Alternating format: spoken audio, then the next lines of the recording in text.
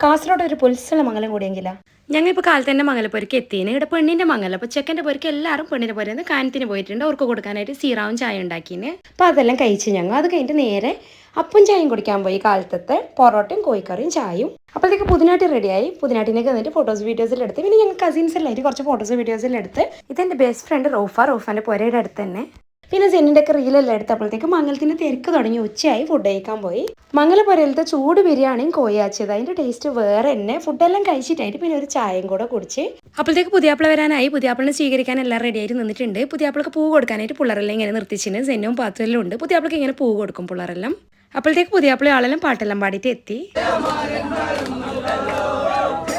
പുതിയാപ്പിളിനെ പെണ്ണിനെ അറക്കാക്കുമ്പോഴത്തേക്ക് ഞങ്ങളും പാട്ടെല്ലാം പാടി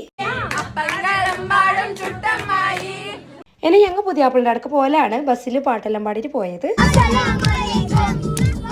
പുതിയാപ്പിളിൻ്റെ അടുക്ക് എത്തിയിട്ട് പുരയെല്ലാം നോക്കിയിട്ട് ഫുഡ് കഴിക്കാൻ വന്ന് ഫുഡ് കഴിച്ചിട്ട് ജിലേബി മൈസൂർ പാക്കെല്ലാം കഴിച്ചിട്ട് ബസ്സിൽ പാട്ടെല്ലാം പാടിയിട്ട് തിരിച്ചു വന്ന് ഇപ്പോൾ വീഡിയോ കാണുന്ന കാസർഗോഡിന് പുറത്തുള്ള ആൾക്കാരെല്ലാം കമൻറ്റ് ആക്കി എങ്ങനെയുണ്ട് ഞങ്ങളെ കാസർഗോഡ് മംഗലം നിങ്ങളുടെ നാട്ടിലെ മംഗലം എങ്ങനെയെന്നെല്ലാം